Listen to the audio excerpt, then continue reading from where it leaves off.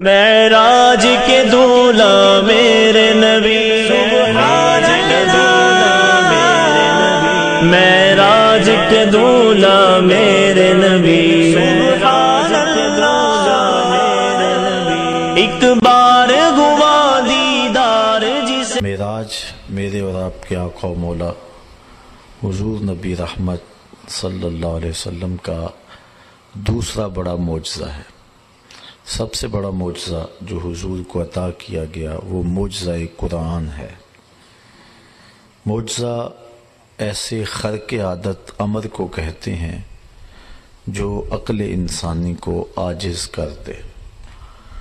وہی خرق عادت امر اگر بغیر کسی ظاہری وجود سے سامنے آئے تو اسے قدرت الہیہ کہتے ہیں۔ اعلان نبوت سے قبل نبی کے ہاتھوں سے ظاہر ہو تو اسے ارہاس کہتے ہیں۔ اعلان نبوت کے بعد نبی کے ہاتھوں سے ہو تو اسے معجزہ کہتے ہیں۔ وہی امر کسی اللہ کے ولی کے ہاتھ سے ہو تو اسے کرامت کہتے ہیں۔ کسی نیک صالح آدمی سے ایسا واقعہ ہو تو اسے معونت کہتے ہیں۔ کسی کافر یا فاسق و فاجر کے ہاتھ سے ہو تو اسے استدراج کہا جاتا ہے۔ معجزے کے حوالے سے عادت باری تعالیٰ کچھ یوں جاری رہی ہے کہ جس دور میں جس چیز کا بانک پن ہوتا تھا معجزہ بھی اسی قبیل کا دیا جاتا تھا۔ اگر سنگ تراشی کے فن کا عروج ہے تو حضرت صالح علیہ السلام کو اللہ تعالیٰ نے یہ معجزہ دیا کہ انہوں نے زندہ اونٹنی نکالے۔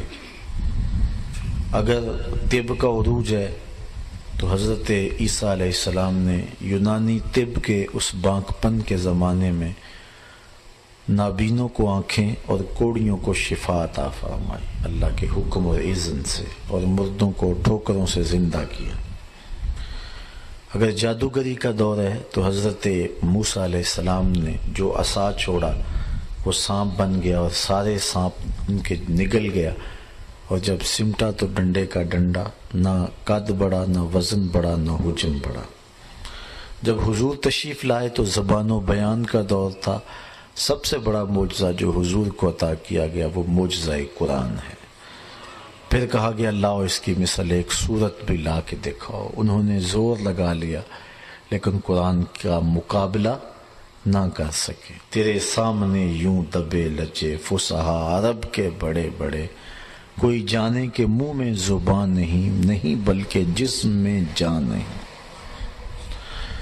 تو جس دور میں جس چیز کا عروج اور بانک پن ہوا نبی کا معجزہ اسی قبیل کا تھا۔ لیکن حضور کا دور مختصر دور تو نہیں ہے، قیامت تک دور حضور کا دور ہی ہے۔ اس لیے صرف ایک زبان کا عروج نہیں ہونا تھا، مختلف زمانوں میں مختلف چیزوں نے عروج پانا تھا۔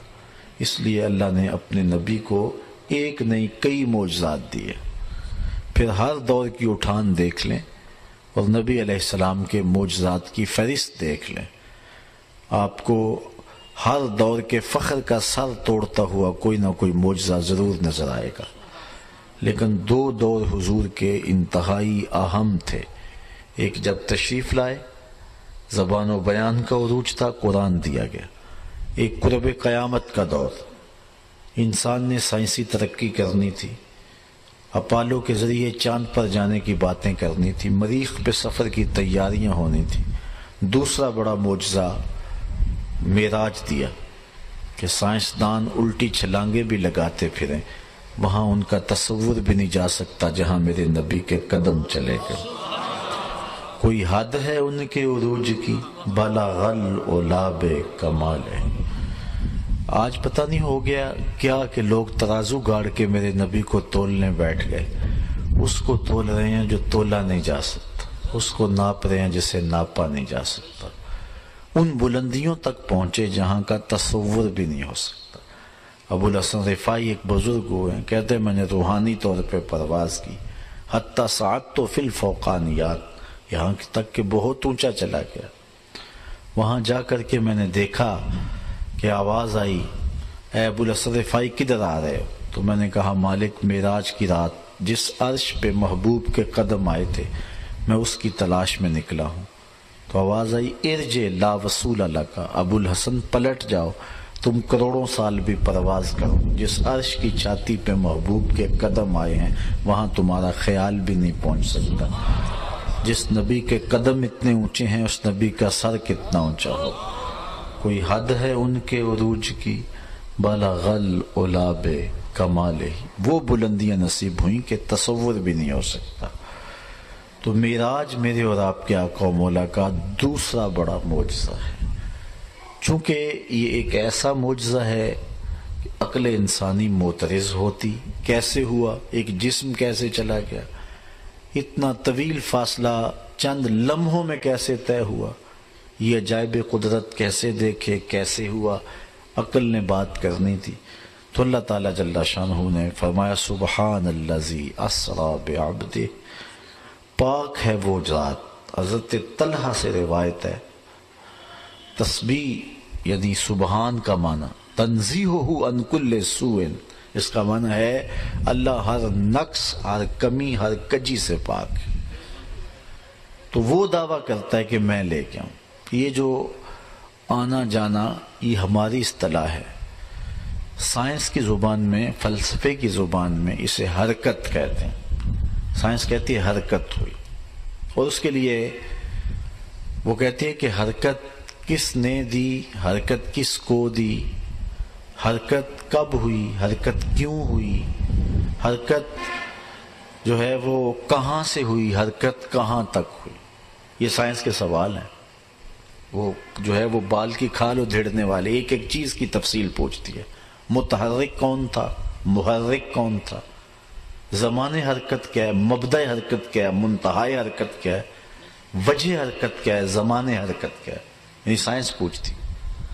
اب محرک کون ہے، حرکت دی کس نے، سبحان الذی اسریٰ، حرکت دی کس کو، بعبدہ، یہ حرکت ہوئی کب، لیلاً، حرکت کہاں سے ہوئی، من المسجد الحرام، حرکت کہاں تک ہوئی، الی المسجد الاقصی، حرکت کیوں ہوئی، لنریہ من آیاتنا۔ اسی ترتیب کے ساتھ سائنس کے سارے سوالوں کا جواب اسی ایک آیت کے اندر موجود۔ اور یہ آنا جانا یہ بھی دو طرح کا ہوتا ہے۔ ہمارے فلسفے کی معتبر کتاب ہے ہدایت الحکمہ، اس میں یہ تقسیم کی گئی ہے کہ حرکت ذاتی بھی ہوتی ہے، حرکت عرضی بھی ہوتی ہے۔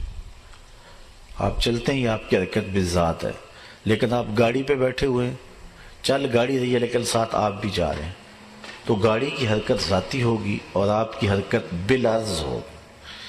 حضور علیہ السلام کا جانا یہ حرکت ذاتیہ تھی یا حرکت عرضیہ تھی؟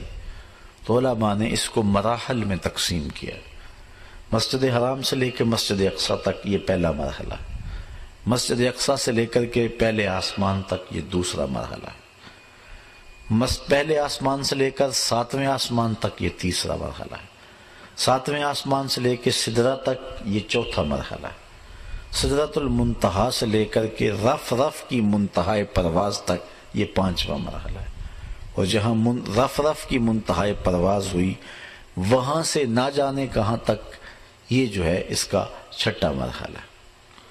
مسجد حرام سے مسجد اقصی تک حضور براق پہ گئے، وہ تیز رفتار نوری سواری تھی، جب حضور اس کے اوپر تشریف فرما ہوئے جہاں اس کی نظر جاتی تھی وہاں اس کے قدم جاتے تھے۔ اس کی نظر کتنی تیز ہوگی، میں اور آپ نظر اٹھاتے ہیں تو آسمان کے ستاروں تک آنے واحد میں پہنچ جاتی، اور ہمارا پورا جسم نور نہیں ہے، پورے جسم میں صرف دو آنکھیں، ان دو آنکھوں میں سیاہ دائرے، ان سیاہ دائروں میں پھر دو چھوٹے چھوٹے نقطے، وہ نور ہیں، اور نظر اٹھی اور کہاں تک پہنچ گئی، جو سر سے لے کر پاؤں تک نور ہے، اس کی نگاہوں کا عالم کیا ہوگا۔ جہاں اس کی نگاہ جاتی تھی وہاں اس کا قدم جاتا تھا۔ حضور علیہ السلام بیٹھے اور حضور مسجد اقصی تک پہنچے۔ اچھا بندہ بہت تیز رفتاری سے جا رہا ہو، اتنی تیز رفتاری آپ تصور بھی نہیں کر سکتے کہ کتنی سریع رفتاری ہوگی، اتنی تیز رفتاری سے بندہ جائے، راستے میں کوئی ملے تو پہچان نہیں سکتا، لیکن حضور کی معرفت کا عالم دیکھیے، فرمایا مررت بقبر موسیٰ فاذا ہوا قائم یصلی فی قبرہ، میں گزرا تو راستے میں حضرت موسیٰ علیہ السلام کی قبر آئی، میں نے دیکھا کہ وہ اپنی قبر میں کھڑے ہو کے نماز پڑھ رہے تھے۔ یہ بھی دیکھا کون ہے اور یہ بھی دیکھا کیا کر رہے ہیں، اللہ اکبر، کھڑے ہو کر کے نماز پڑھ رہے ہیں۔ اچھا، ہوا قائم یصلی فی قبرہ ہی کا معنی ہے صلی یصلی کا معنی نماز پڑھنا ہے، لیکن بعض علماء کہتے ہیں صلی یصلی کا معنی درود پڑھنا بھی تو ہے نا۔ تو حضرت خواجہ غلام فرید کوٹ مٹھن والے فرماتے ہیں کہ کو ہوش نمازاں دا، جب یار کی سواری آئے پھر نماز کا کسے ہوش رہتا ہے، وہ تو کھڑے ہو کے حضور کو سلام پیش کر رہے تھے، تو راستے میں وہ کھڑے تھے۔ فائزہ ہوا قائم یصلی فی قبرہ، خیر حضور علیہ السلام وہاں تک گئے، یہ پہلا مرحلہ تھا۔ دوسرا مرحلہ اس سے تیز تھا، اس سے بھی سریع تھا، وہ مسجد حرام سے لے کے پہلے مسجد اقصی سے لے کر پہلے آسمان تک ہے، اور اسی سے لفظ معراج ہے۔ یہ پہلا سفر اس کو اسراء کہتی ہیں۔ وہاں حدیث حضرت مالک بن صعصع اور دیگر جو صحابہ نے روایات کی ہیں ان سے ثم عرج بنا الی السماء، اس سے معراج کا لفظ ہے، یعنی پہلے اسراء مسجد حرام سے مسجد اقصی تک، اور اس کے بعد معراج۔ پھر حضور علیہ السلام وہاں سے ایک نور کی سیڑھی آئی جس پہ حضور تشریف فرما ہوئے اور حضور چلے گئے، یہ دوسرا مرحلہ۔ نور کی سیڑھی آئی جس پہ حضور تشریف فرما ہوئے اور حضور چلے گئے، یہ دوسرا مرحلہ تھا۔ اللہ اکبر، پہلا مرحلہ براق پہ، اور پھر مسجد اقصی میں نبیوں کی امامت۔ اللہ اکبر، ذرا غور کیجئے، کوئی ہے جو میرے محبوب کی عظمت کو چھو سکے؟ سارے نبی پیچھے کھڑے ہیں، امام بن کے حضور آگے کھڑے ہیں۔ اور مجھے بتائیے امامت کا حقدار کون ہوتا ہے؟ عالمہم بسنہ ثم اورعہم ثم اسنہم ثم احسنہم وجہا، یہی ہے نا، فقہاء نے یہی بیان فرمایا نا کہ امامت کا حقدار کون ہوگا؟ جو زیادہ عالم ہوگا۔ اگر سارے عالم ہیں تو جو زیادہ متقی ہوگا، اگر سارے متقی ہیں تو پھر جو زیادہ عمر رسیدہ ہوگا، اگر سارے عمر رسیدہ ہیں پھر جس کا حسن سب سے بڑا ہوا ہوگا۔ اللہ اکبر، یہ ہے امامت کا۔ تو اب حضور علیہ السلام مصلی پہ کھڑے ہو رہے ہیں، معلوم ہوا سب سے زیادہ عالم حضور ہے، سب سے زیادہ اسن بھی حضور ہے، سب سے زیادہ متقی بھی حضور ہے۔ پھر ماہ حسینہ حضرت یوسف بھی کھڑے ہیں، لیکن حضور مصلی پہ جا رہے ہیں، مطلب ہوا کہ سب سے زمانے میں سونے بھی میرے حضور ہی ہیں۔ لیکن ایک بات اگر آپ کی تھوڑی سی توجہ ہو، وہ یہ کہ امامت کے اندر جنس کی فضیلت یہ ایک اہمیت کی حامل شے ہے۔ جنس کا تفضل اور جنس کی فضیلت یہ امامت کے لیے شرط ہے۔ میں اس کی ایک مثال آپ کو دینا چاہتا ہوں۔ ماں افضل یا بیٹا افضل؟ ماں ہی افضل ہے نا، اس کے پاؤں تلے جنت ہے بیٹے کی، بیٹے کے لیے تو ماں ہی افضل ہے۔ ہر بڑی خوب بات کہی، بشرط چادر تان کے ستا نور چمے پہ تلیاں، بشرط چادر تان کے ستا نور چمے پہ تلیاں، جس دی خاطر سجیاں ہویاں نے عرش بری دیاں گلیاں۔ تو اب یہی فیصلہ ہو گیا، لوگ استاد بتا رہے ہیں لیکن جبریل حضور کے قدم چوم کے بتا رہا ہوں کہ لوگوں کہ میں بھی اس چوکھٹ کا غلام اور گدا ہوں۔ یہ پہلا مرحلہ طے ہوا، بات لمبی ہو جائے گی، تفصیلات تو چونکہ یہ واقعی ایسا ہے۔ اس کے بعد پھر مسجد اقصی میں نبیوں کی امامت کروائی، پھر حضور آگے تشریف لے گئے، یہ دوسرا مرحلہ ہے۔ ثم عرج بنا الی السماء، جبریل امین ساتھ ہیں۔ اس کے بعد اور یہاں بھی یہ غور، ایک نقطہ غور رہے، یہاں بھی فرمایا سبحان اللہ ذی اسریٰ بعبدہ، پاک ہے وہ ذات جو لے گئی، یعنی دعویٰ حضور کا نہیں ہے، دعویٰ رب کا لے جانے کا ہے۔ اور یہاں بھی یہ نہیں فرمایا پھر میں آگے گیا، ثم عرج بنا، پھر ہمیں لے جایا گیا۔ تو بات یہ ہے کہ حضور جا نہیں رہے تھے، کوئی لے جا رہا تھا۔ یہ جو ہے وہ سیر بالعرض تھی۔ اور یہاں بھی سیر پہ ایک بات کروں، اللہ تعالیٰ نے اس جانے آنے کو سیر کہا ہے، سفر نہیں کہا۔ آپ جانتے سفر اور سیر کے فرق کو؟ بچہ بچہ جانتا ہے۔ جو سیر ہے وہ تمہل کے ساتھ کی جاتی ہے، ٹہر ٹہر کے، چلتے چلتے راستے میں سبزہ دیکھ کے، پھول کھلے دیکھ کے، پات آ رہے ہیں، منظر کہیں چشمہ بہ رہا ہے، کہیں خوبصورت منظر، رک گئے۔ آپ صبح سیر کے لیے نکلتے ہیں تو 1-2 کلومیٹر سیر کرنی ہو کو گھنٹہ لگا دیں گے، لیکن سفر کرنے پہ نکلیں تو پھر بھاگم بھاگ ہوتی ہے۔ آنے واحد میں گئے بھی، واپس بھی آئے، اور اتنی تیزی سے آئے کہ زنجیر بھی ہل رہی تھی، بستر بھی ابھی گرم تھا، اور یہ اتنی تیزی سے لامکان تک گئے اور واپس بھی آ گئے۔ اس کو اللہ نے محبوب کا سفر نہیں کہا، اس کو محبوب کی سیر کہا۔ کہا کیا سمجھو گے میرے محبوب کی شان کو، جس کی سیر اتنی تیز ہے اس کا سفر کتنا تیز ہوگا۔ تم تو سیر کو نہیں سمجھ پا رہے، جس نبی کی سیر سمجھ میں نہیں آتی اس نبی کا سفر سمجھ میں کیسے آئے گا۔ اور امتی جب دکھ میں نبی کو پکارے، پھر نبی سیر کرتا تو نہیں، پھر تو سفر کرتا ہوا تشریف فرما ہوتا ہے۔ اس لیے آنے واحد میں امتی کے درد کا مداوع حضور کرتے ہیں۔ اچھا، حضور علیہ السلام پھر پہلے آسمان تک گئے، پھر جبریل امین نے دروازے کو دستک کی، وہ سارا واقعہ پوچھا کون، کہا جبریل کا، مم معا کا، پھر حضور کا نام لیا، دروازہ کھلا، بیت المعمور میں گئے، نبیوں کی جو ہے وہ فرشتوں کی امامت، اور آگے بڑھتے چلے گئے، پھر 7ویں آسمان تک گئے۔ یہ 7ویں آسمان سے پہلے 7 فرشتوں کے پروں پہ گئے، یہ دوسرا مرحلہ تھا۔ پہلا مرحلہ مسجد حرام سے مسجد اقصی تک، یہ بھی سیر بالعرض کا تھا۔ میں نے سفر کی 2 قسمیں سیر کی، حرکت کی 2 قسمیں ہدایت الحکمت کے حوالے سے آپ کے سامنے رکھی ہیں، بالعرض اور بالذات۔ یہ بالعرض جو ہے وہ حرکت کی اقسام ہے۔ مسجد حرام سے مسجد اقصی تک براق پہ گئے، مسجد اقصی سے پہلے آسمان تک نور کی سیڑھی پہ گئے، یہ براق سے بھی تیز تھا۔ پہلے آسمان سے 7ویں آسمان تک فرشتوں کے پروں پہ گئے، یہ اس نور کی سیڑھی سے بھی سری و رفتار تھے۔ پھر 7ویں آسمان سے سدرۃ المنتہا تک جبریل امین کے پروں پہ گئے، یہ اس سے بھی سری سفر تھا۔ جب سدرہ پہ پہنچے تو جبریل نے ہاتھ باندھ دیے، لو دنو تو خطوۃ لترکت، کہ آگے ایک بال بھی آگے بڑھوں تو جل کے راکھ ہو جاتا ہوں، آگے میں نہیں جا سکتا۔ بدو گفت سارا بیت الحرام، اے حامل وہی برتر خرام، جو در دوستی مخلصم یافتی، انانم ز صحبت چرا تافتی۔ کہا جب میں اتنی دور سے تجھے ساتھ لیے آ رہا ہوں تو اب تم راستہ کیوں چھوڑ رہے ہو؟ تو کہا کہ میں آگے ایک بال بھی بڑھوں تو جل کے راکھ ہو جاتا ہوں۔ کوئی فلک تیرا یار گیا، کوئی جا سدرہ تے ہار گیا، ایک کالیاں زلفاں والا سی جڑا عرش تو بھی لنگ پار گیا۔ جبریل امین بھی یہاں روک گئے۔ اللہ نور بشر دا جھگڑا چلیا تے سدرہ تے جا کے گل مک گئی۔ سدرہ تے جا کے نوریوں کا سردار بھی پیچھے، بشر بھی سارے پیچھے، جو آگے جا رہا ہے اس کی شان کو کون جانا۔ یہاں مجھے خطیب الاسلام صاحبزادہ سید فیض الحسن شاہ رحمۃ اللہ تعالی علیہ یاد آئے، بڑی کمال کی بات کہا کرتے تھے، فرمایا کرتے تھے تو نے حلیمہ کی بکریوں کے پیچھے پیچھے تو دیکھا ہے، سدرہ پر جبریل کے آگے آگے نہیں دیکھا۔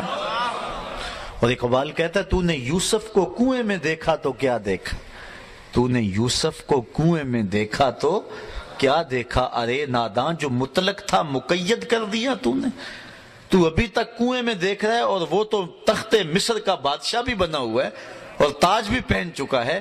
اس لیے اپنی اپنی نظر کی بات ہے، تو دیکھنے والوں نے تو جب دیکھا تو کہا نہیں اس کی عظمتوں کو کوئی چھو ہی نہیں سکتا، اور سادی بولے بلغ العلا بکمالہ کشفت دجا بجمالہ حسنت جمیع خصالہ، پھر بے ساختہ بولے صلو علیہ وآلہ۔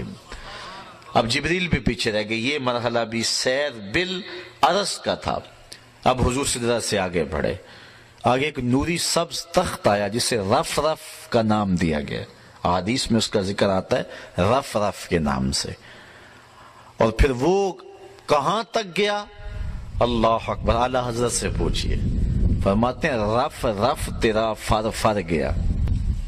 اگر کوئی شاعر بیٹھا ہو یہاں تو وہ بڑا لطف لے، اس کو کہتے ہیں صنعت تقلیب، قلب کرنا، یہ دل کو بھی قلب اس لیے کہتا ہے، یہ بدلتا رہتا ہے، پل پل بدلتا رہتا ہے، گاہے خندہ گاہے گریاں، کبھی کچھ کبھی کچھ۔ تو صنعت تقلیب، یہ لفظ کو الٹ پلٹ کر دیں، رف رف کو الٹ کریں تو فر فر بنتا ہے۔ وہ استاد میر درد نے کہا تھا نا، میں ہوں لفظ درد، جس پہلو سے دیکھو درد ہوں۔ درد ایک ایسا لفظ ہے، سیدھے سے پڑھو تب بھی درد، الٹا پڑھو تب بھی درد، درد درد ہی رہتا، چاہے الٹے ہو جاؤ چاہے سیدھے ہو جاؤ، تو درد درد ہی ہوتا ہے۔ لیکن رف رف کو الٹ پڑھے، ادھر سے پڑھے تو بنتا ہے فر فر، تو اعلی حضرت نے یہاں صنعت تقلیب استعمال کی ہے، رف رف تیرا فر فر گیا، تا ہفتمی گوہر گیا، ساتوں فلک طے کر گیا، کیا بتائیں کیا کر گیا۔ اور پھر ایک موقع آیا، یہ اعلی حضرت کی روح سے فیض لے کے کہہ رہا ہوں، یہ لفظ جو کہنے لگا ہوں، ایک موقع آیا کہ رف رف کی بھی بس بس ہو گئی، اب رف رف بھی آگے جا نہیں سکتا۔ اب حضور علیہ السلام کا ذاتی سفر شروع ہونے لگا، حضور کی اب رفتار ذاتی اب آغاز ہونے لگا۔ مسجد حرام سے لے کر مسجد اقصی تک یہ جو مرحلہ تھا یہ بھی بالعرض تھا، مسجد اقصی سے پہلے آسمان تک دوسرا مرحلہ یہ بھی بالعرض تھا، مسجد پہلے آسمان سے ساتویں آسمان تک کا مرحلہ یہ بھی بالعرض تھا، ساتویں آسمان سے سدرہ تک کا مرحلہ یہ بھی بالعرض تھا، اور سدرہ سے لے کر رف رف جہاں تک پہنچا یہ پانچواں مرحلہ یہ بھی بالعرض تھا۔ اب چھٹا مرحلہ جو ہے یہ اب حضور کی رفتار دیکھیے۔ حضور فرماتے ہیں کہ جب رف رف کی منتہائی پرواز آ گئی تو میں رک گیا، ٹھہر گیا، آواز آئی ادنو منی، محبوب آگے بڑھیے، بڑا محمد کری ہو احمد، قریب آ سرور ممجد، اعلی حضرت قصیدہ معراجیہ، بڑا محمد کری ہو احمد، قریب آ سرور ممجد، نثار جاؤں وہ کیا ندا تھی، وہ کیا سما تھا، وہ کیا مزے تھے۔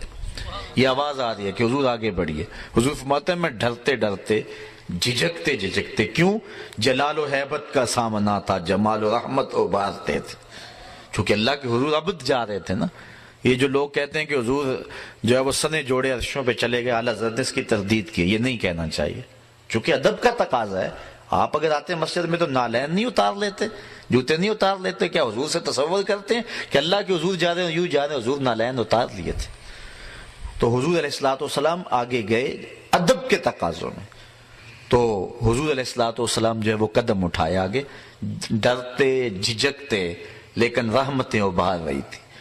فرمایا کہ میں نے ایک قدم اٹھایا، پھر فاصلہ کتنا طے ہوا؟ مسجد حرام سے لے کے مسجد اقصی تک، مسجد اقصی سے لے کر پہلے آسمان تک، پہلے آسمان سے چھٹے ساتویں آسمان تک، ساتویں آسمان سے سدرہ تک، سدرہ سے رف رف جہاں تک پہنچا تھا۔ ان 5 مرحلوں میں کل جتنا ٹوٹل سفر طے ہوا تھا، فرمایا ایک قدم میں اتنا فاصلہ طے ہو گیا۔ یہ ہے حضور کی رفتار کا عالم، یہ ہے حضور کی سیر کا عالم۔ یہ ابھی سیر کی کیفیت ہے، سفر ہو تو کیفیت کیا ہوگی؟ فرمایا کہ ایک قدم میں اتنا فاصلہ طے ہو گیا۔ پھر میں رک گیا، پھر آواز آئی کہ بڑھ اے محمد ادنو منی یا احمد، پیارے اور نیڑے آ جا۔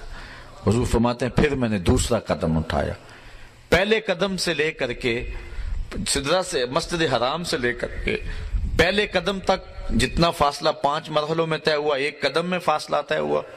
اب ایک قدم کا یہ فاصلہ بھی شامل کر کے اور پچھلے 5 مرحلوں کا فاصلہ بھی طے کر کے ان کل 6 مراحل میں جتنا فاصلہ طے ہوا تھا، دوسرے قدم میں اتنا فاصلہ پھر طے ہو گیا۔ پھر تیسرا قدم اٹھایا تو جتنا کل پیچھے فاصلہ طے ہوا تھا 2 قدموں سمیت، تیسرے قدم میں صرف ایک قدم میں اتنا فاصلہ طے ہو گیا۔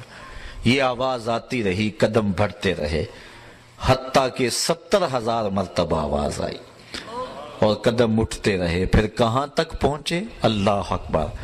خدا فرما رہا ثم دنا فتدلی فکانا قاب قوسین او ادنا، پھر وہ قریب ہوا، پھر وہ بھی اس کے قریب ہوا۔ کتنا قریب ہوئے؟ اللہ تعالیٰ ارشاد فرماتا ہے کہ جس طرح 2 کمانوں کا فاصلہ ہوتا ہے، جس طرح 2 کمانوں کا آپس میں فاصلہ ہوتا ہے، ایسا فاصلہ ہوا۔ حضرت علامہ جلال الدین سیوطی نے تفسیر جلالین میں فرمایا، آپ فرماتے ہیں کہ یہ سمجھانے کے لیے ہے، یہ تفہیم کے لیے ہے، ورنہ اللہ تعالیٰ نے آگے جا کے فرمایا او ادنا، یہ تمہیں سمجھانے کے لیے فاصلہ بتا رہے ہیں، لیکن فاصلہ تو اور کم رہ گیا تھا، اور زیادہ قریب ہو گئے تھے۔ اب کتنے قریب ہوئے یہاں مجال نہیں ہے۔ اللہ اکبر! خرد سے کہہ دو کہ سر جھکا لے، خرد سے کہہ دو کہ سر جھکا لے، گما سے گزرے گزرنے والے، یا خود پڑے ہیں جہت کو لالے، کوئی کیا بتائے کدھر گئے تھے، سراغ عین و متا کہاں تھا، نشان کیف و الا کہاں تھا، نہ کوئی ساتھی نہ کوئی راہی، نہ سنگ منزل نہ مرحلے تھے، کمان امکان کے جھوٹے نقطوں تم اول و آخر کے پیر میں ہو، محیط کی چال سے تو پوچھو کدھر کو آئے کدھر گئے تھے، وہی ہے اول، وہی ہے آخر، وہی ہے ظاہر، وہی ہے باطن، اسی کے جلوے اسی کو ملنے اسی سے اس کی طرف گئے تھے، کمان حیرت میں سر جھکائے عجیب چکر میں دائرے تھے۔ اب کوئی بتائے تو کیا بتائے؟ علامہ جلال الدین سیوطی علیہ رحمہ فرماتے ہیں یہ جو دو کمانوں کا کہا گیا ہے نا، یہ سمجھانے کے لیے کہا گیا۔ عرب میں رواج یہ ہوتا تھا کہ جب دو سردار آپس میں صلح کا معاہدہ کرتے تو اس معاہدے کو لوگوں کے سامنے کس طرح رکھتے؟ ایک کھلے میدان میں لوگوں کو بلاتے اور جن دو قبائل نے آپس میں صلح کی ہوتی ان کے سردار الگ ہو کے اپنی اپنی کمانیں جوڑتے اور پھر کمانیں جوڑ کر کے ان سے ایک مشترکہ تیر پھینکتے۔ یہ عرب میں رواج تھا، اور یہ اس بات کا اعلان ہوتا کہ ہم دو قبائل آپس میں صلح کر چکے ہیں، اب ہماری کمانیں اگرچہ دو ہیں لیکن ہمیں چھیڑنا نہ، ہمارا تیر اب ایک ہی ہے۔ کمانیں دو ہیں لیکن ان سے نکلنے والا تیر اب ایک ہے، جس نے اس قبیلے پہ حملہ کیا ہمارے پہ حملہ تصور کیا جائے گا، اور جس کی صلح اس سے ہوئی ہمارے ساتھ صلح ہوگی۔ گو ہماری کمانیں دو ہیں لیکن لوگ آگاہ ہو جائیں ہماری کمانوں سے نکلنے والا تیر ایک ہے۔ تو حضرت امام جلال الدین سیوطی فرماتے ہیں جس طرح عرب کمانیں جوڑ کر کے اپنی محبت کا اعلان کرتے تھے، گویا اللہ نے فرمایا قرب اتنا ہوا کہ اے اہل عرب جس طرح تم گویا اللہ نے فرمایا قرب اتنا ہوا کہ اے اہل عرب جس طرح تم کمانیں جوڑتے ہو نا، آج ہم نے بھی کمانیں جوڑ لی ہیں۔ اس لیے اللہ اس کے رسول کے دشمن الگ الگ نہیں ہے، جس نے جو ہے وہ رسول پہ گالی دی، رسول پہ حملہ کیا، وہ اللہ پہ حملہ تصور ہوگا۔ اس لیے اللہ کے محبوب علیہ الصلوۃ والسلام نے جب جنگ کے موقع پہ ہاتھوں کے اندر کنکریاں لی اور شاہت الوجوہ اللہم ارعب قلوبہم وزلزل اقدامہم، حضور نے کنکر پھینکے تو رب نے کیا کہا؟ وما رمیت اذ رمیت ولکن اللہ رمی، محبوب یہ جو کنکر تو نے پھینکے یہ تو نے تو نہیں پھینکے، یہ تو میں نے پھینکے ہیں۔ اس لیے کہ کمانیں اگرچہ دو ہیں لیکن نکلنے والا تیر اب ایک ہی ہوگا۔ یہاں بڑی خوبصورت بات تمہارے بزرگ فرمایا کرتے تھے کہ اللہ اور اس کے رسول کی ذات ایک نہیں۔ اگر کوئی کہے گا کہ ذات ایک ہے تو کافر ہو جائے گا، یہ ہمارا عقیدہ ہے، دو لفظوں میں سمجھ لیں، اللہ اور اس کے رسول کی ذات ایک، وہ کہتے ہیں اللہ کے رسول کی ذات ایک نہیں مگر بات ایک ہی ہے۔ ذاتیں دو ہیں لیکن باتیں دو نہیں ہیں۔ بس اس نقطے کو یہاں سمجھایا گیا کہ ایسا قرب ہوا کہ جس طرح تم دو کمانیں جوڑتے ہو۔ اور یہاں اعلیٰ حضرت نے یہ جو میں نے آپ کے سامنے اشعار پڑھے ہیں، کمانیں ہے، آپ جو فرماتے ہیں کہ کمان امکان کے جھوٹے نقطوں تم اول و آخر کے پھیر میں ہو۔ آپ نے کمان کو دوسرے انداز سے بیان کیا، آپ کہتے ہیں ایک ہے کمان الوہیت اور ایک ہے کمان رسالت۔ تو جب دو کمانیں ملی نا تو اس طرح دائرہ بن گیا۔ کمان نصف دائرے کو کہتے ہیں نا، یہ اشکال ہے ریاضی کی، خط، مثلث، مربع، مستطیل، دائرہ، یہ ساری اشکال ہیں۔ تو اللہ حضرت شکل بیان فرماتے ہیں تو کہتے ہیں کہ یہ جب دو کمانیں جڑی، نصف دائرہ کمان ہوتی ہے، دو کمانیں جڑی تو کیا بن گیا؟ دائرہ بن گیا۔ اچھا آپ جانتے ہیں کہ جو خط ہوتا ہے یہ دو نقطوں کو ملائیں تو خط بن جاتا ہے، الف بے، دو نقطوں کو جوڑیں کیا بن گیا؟ خط۔ مثلث بنائیں الف بے جیم، ان کو جوڑیں آپس میں تو مثلث بن گیا۔ مربع اور مستطیل کیا ہے؟ الف بے جیم دال۔ نقطوں کو جوڑتے جائیں، یہ انتہا ہے، یہ آغاز ہے، یہاں سے شروع ہوا یہ خط یہاں ختم ہو گیا، یہاں سے شروع ہوا یہاں ختم ہو گیا، یہاں سے شروع ہوا یہاں ختم ہو گیا۔ یہ میرا میز سامنے جو پڑا ہوا ہے یہ مستطیل شکل میں الف بے جیم دال کہہ لیں، الف سے شروع بے پہ ختم، بے سے شروع جیم پہ ختم، جیم سے شروع دال پہ ختم، دال سے شروع پھر الف پہ ختم۔ لیکن انہی شکلوں میں سے ایک شکل ہے دائرہ۔ جب دائرہ بن جائے تو پتہ ہی نہیں چلتا شروع کہاں سے ہوا ختم کہاں ہو رہا ہے، چونکہ دائرے پر الف بے جیم دال نقطے، اور اگر کوئی لگائے تو وہ جھوٹے ہوتے ہیں۔ اعلیٰ حضرت فرماتے ہیں سمجھنے والوں سمجھ جاؤ، فَكَانَ قَابَ قَوْسَيْنِ، اللہ فرماتا ہے کہ جب یہ بن گیا دائرہ تو تم اب بھی میرے نبی کی حدیں تلاش کرتے پھرتے ہو، کمان امکان کے جھوٹے نکتوں تم اول و آخر کے پھیر میں ہو۔ محیط عربی میں دائرے کو کہتے ہیں، محیط کی چال سے تو پوچھو کدھر کو آئے کدھر گئے تھے، کوئی حد ہے ان کے عروج کی، بلغ العلاب کمالہ فاوحا الی عبدہ ما اوحا، پھر اس نے اپنے بندہ خاص سے کچھ راز کی باتیں کی۔ فاوحا وہی کہتے ہیں اشارت الخفیہ السریہ، چپ کیسے کسی کے کان میں کوئی بات کہہ دینا کہ دوسرا سن نہ پائے، اس کو کہتے ہیں وحی۔ تو اس نے اپنے بندے سے کوئی راز کی بات کی، فاوحا اس نے وحی کی، فاوحا اس نے وحی کی الی عبدہ اپنے بندے کو۔ یہ معراج کا نقطہ عروج ہے نا، کس لیے بلایا، کیا کہا، یہاں بھی ملاقات ہوتی ہے تو آپ دیکھتے ہیں کہ بات کیا ہوئی، تو اللہ تعالیٰ اس کو بیان فرما فاوحا، پھر اس نے کلام کیا اپنے بندے سے، سارے کان کھڑے ہو گئے، سارے لوگ جو ہیں وہ متوجہ ہیں کہ سنیں کیا کہا، آگے فرمایا ما اوحا، تمہیں کیا لگے جو مرضی کہا، اس کو مبہم رکھا، بیان نہیں کیا، فاوحا یہاں تک بیان کیا، اس نے وحی کی الی عبدہ اپنے بندے کی طرف، بندہ خاص کی طرف، سارے کان کھڑے ہو گئے، کیا وحی کی، کہا ما اوحا، جو بھی کی، جا کرنے والا جانے یا سننے والا جانے، تمہیں کیا لگے، تم اتنا جانو کہ اس نے اپنے بندے کو کچھ عطا کیا، کچھ دیا اس نے اپنے بندے کو، کچھ وحی کی۔ اور علماء فرماتے ہیں 70,000 اسرار تھے، 70,000 حکایات تھیں، اور جو ہے وہ 70,000 جو ہیں وہ احکام تھے جو اللہ تعالیٰ نے اپنے محبوب علیہ السلام کو 70,000 رموز، 70,000 اسرار اور 70,000 جو ہیں وہ حکایات جو اللہ نے اپنے محبوب کے سینے میں ودیت کی۔ اچھا، ام المومنین سیدہ عائشہ رضی اللہ تعالی عنہا سے ایک روایت ہے، فوائد الفواد شریف میں ہے، کہتے ہیں ایک دن حضور علیہ السلام کا دریائے رحمت جوش میں آ گیا، مجھے کہا عائشہ جو مانگنا ہے مانگ لو، جو مانگنا ہے مانگ لو۔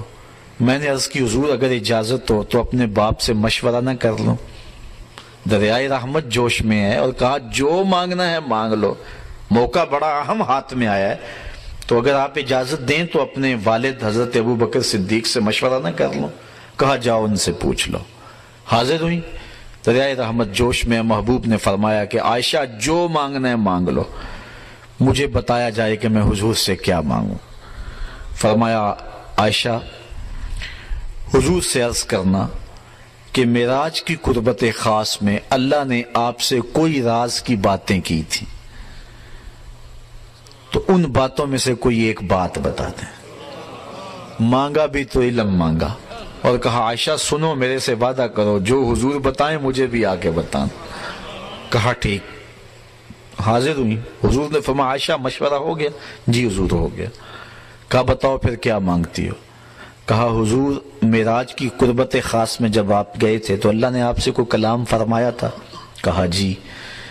تو حضرت عائشہ رضی اللہ تعالیٰ نے عرض کی حضور پھر ان باتوں میں سے ایک بات مجھے بتا دیں۔ حضور مسکرا پڑے، اس بات پہ بھی مسکرائے ہوں گے کہ میرے یار غار کا انتخاب کیسا ہے، اور اس بات پہ بھی مسکرائے ہوں گے کہ اگر راز کی بات بتا دوں پھر راز راز تو نہ رہا، لیکن خود ہی پہلے وعدہ کیا تھا جو مانگو گے دوں گا۔ تو حضرت عائشہ نے عرض کی حضور مجھے ان باتوں میں سے ایک بات بتا دیں۔ تو حضور فرمایا عائشہ سنو پھر، جب میں قربت خاص میں پہنچا میرے رب نے مجھ سے جو خاص باتیں کی ان میں سے ایک بات یہ کہ اے محبوب آپ کی امت میں سے اگر کوئی شخص کسی شخص کا ٹوٹا ہوا دل جوڑ دے گا میرے اوپر لازم میں بغیر حساب کے جنت عطا کروں گا۔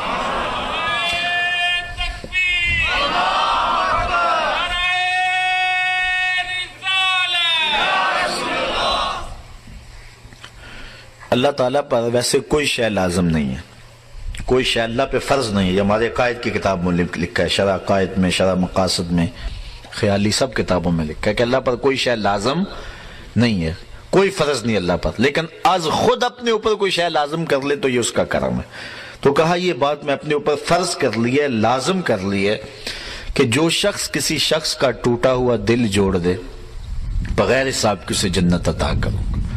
ام المومنین بہت خوش ہوئی کہ بسا اوقات کسی شکستہ دل کی بات سن لیتے ہیں، کسی کا دکھڑا ہی بیٹھ کے سن لینا کبھی تو اس کو تسکین ہو جاتی ہے، کسی کی مدد کر دیتے ہیں، کسی کے کام آ جاتے ہیں، کسی کو مصیبت سے نکال دیتے ہیں، یہ تو بخشش کا بہانہ مل گیا۔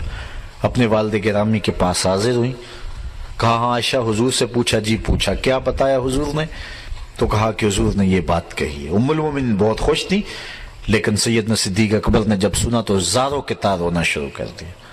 ابا جی یہ بات رونے والی تو نہیں، بسا اوقات دکھیوں کے ہم کام آ جاتے ہیں، پریشان حالوں کی دل کی جو ہے وہ شکستگی دور کر دیتے ہیں، یہ تو بخشش کا بہانہ ہاتھ آ گیا. کہا عائشہ اسے معکوس بھی پڑھو، تصویر کا دوسرا رخ بھی دیکھو. اگر کوئی کسی کا ٹوٹا ہوا دل جوڑ دے بغیر حساب کے جنت میں جائے گا، اور اگر کوئی کسی کا دل توڑ بیٹھے تو پھر تو سیدھا جہنم میں جائے گا. اس لیے میں ڈرتا ہوں کہ ہم سے کسی کا دل نہ ٹوٹ گیا. آج کے معراج النبی کے موضوع پہ ہونے والے اس اجتماع سے یہ درس لے کر گھروں میں پلٹنا، ہو سکے تو کسی کا دل جوڑ دینا، لیکن کسی کے دل کی شکستگی کا سامان نہ بننا. میرے اور آپ کے آقا و مولا نے تو یہاں تک احتیاط فرمایا اپنے گوشت کی خوشبو سے ہمسائے کو تکلیف نہ دو. یا تو تھوڑا سا پانی زیادہ ڈال لو اور شوربے کی پیالی غریب ہمسائے کے گھر بھی بھیج دو.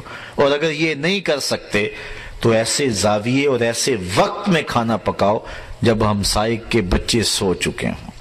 چونکہ بچے اٹھ کے ضد کر بیٹھے اور ماں باپ سے انہوں نے مطالبہ کر لیا، غریب ماں باپ استطاعت نہیں رکھتے، تو بتاؤ ان بچوں کے دکھ کا علاج کس کے پاس ہوگا؟ وہ کیا کسی نے کہا نا، دوپہر کو سلا دیتی ہے بچوں کو وہ اس ڈر سے گلی میں پھر کھلونے بیچنے والا نہ آ جائے. لیکن ہم نے ان لوگوں کے درد کو کبھی سمجھا؟ عید کے دن بھی بیوہ کا یتیم بچہ آلو چھولے بیچنے پہ مجبور ہوتا ہے.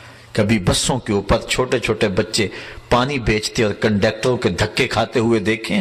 یہ بچوں کے سکول جانے کا زمانہ ہے، لیکن ہمارا معاشرہ بے درد ہو چکا ہے. تو ہمیں کسی کا دل نہ توڑنا، کسی کے دل کی شکستگی کا سامان نہ بنا. جوڑ سکتے ہو تو کسی کا دل جوڑ دینا، کسی کی شکستگی کو دور کر سکتے ہو تو یہ ایک بہت بڑی نیکی ہے، اور یہ بندے کو کہاں کی کہاں پہنچا دیتی ہے. میرے اور آپ کے آقا و مولا کی مجلس لگی ہوئی تھی. ایک شخص سے کونے سے اٹھا، عرض کی حضور میرا بچہ گم ہے اور مل نہیں رہا، دعا کریں مل جائے.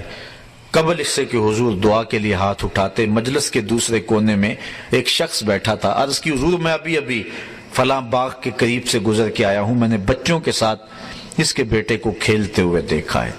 باپ نے سنا تو دوڑ لگا دی. آقا فرمائے سے بلاؤ. بلایا گیا. بہت جلدی ہے میاں؟ جی حضور آپ جانتے ہیں باپ کے جذبات کیا ہوتے ہیں.